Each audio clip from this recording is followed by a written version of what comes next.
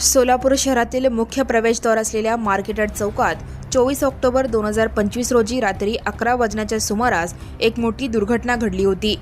पुणे रोडवरून हैदराबाद रोडकडे वळत असताना पवनचक्कीचे साहित्य वाहतूक करणारा टाटा कंपनीचा 26 चाकी कंटेनर क्रमांक JG12PV8802 पलटी झाला. या अपघातामुळे परिसरात दिवसभर काही प्रमाणात वाहतूक कोंडी निर्माण झाली होती. सुदैवाने ही घटना रात्री उशिरा घडल्याने कोणतीही जीवितहानी झाली नाही.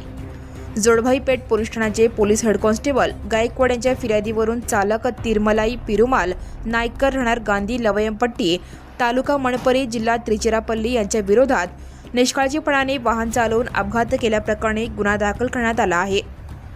पोलिसांच्या माहितीनुसार चालकाचा वाहनावरील ताबा सुटल्याने हा अपघात घडला.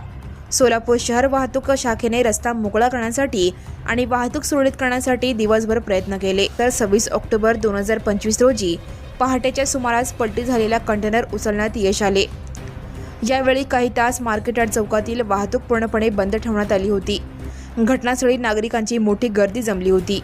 यावेळी वरिष्ठ पोलीस निरीक्षक सुरेश साटे, PSI नागेश येनपे, पोलीस हवालदार अनिल शिंदे, पोलीस हवालदार शिवशंकर, पोलीस ASI राऊत, शहर वाहतूक शाखेचे कर्मचारी अंबादास गड्डम, श्रीशैल मैत्रे तसेच NHAI चे कर्मचारी उपस्थित होते. Subscribe now and press the bell icon. Never miss an